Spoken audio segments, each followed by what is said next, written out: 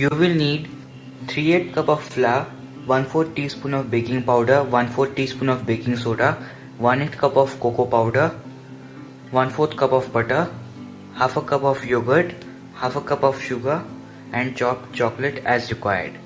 So let us start making it. Into a mixing bowl add in the butter and sugar. Beat this well for about 3 to 5 minutes.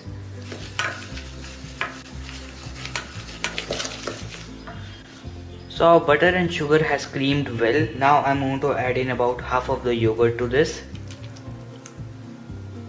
And I'm going to sift in about half of the flour mixture, which includes the cocoa powder, baking soda and flour.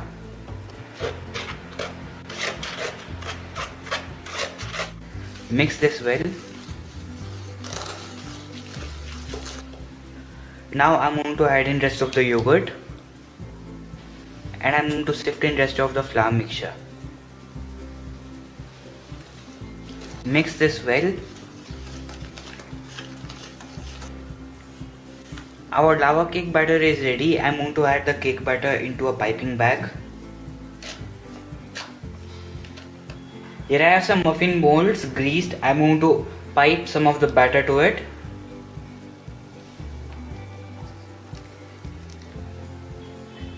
Into the chopped chocolate, I'm going to sprinkle a little bit of flour. This will prevent the chocolate from sinking into the bottom. Now add some chocolate to it. Be generous with it. Now we are going to cover the tops.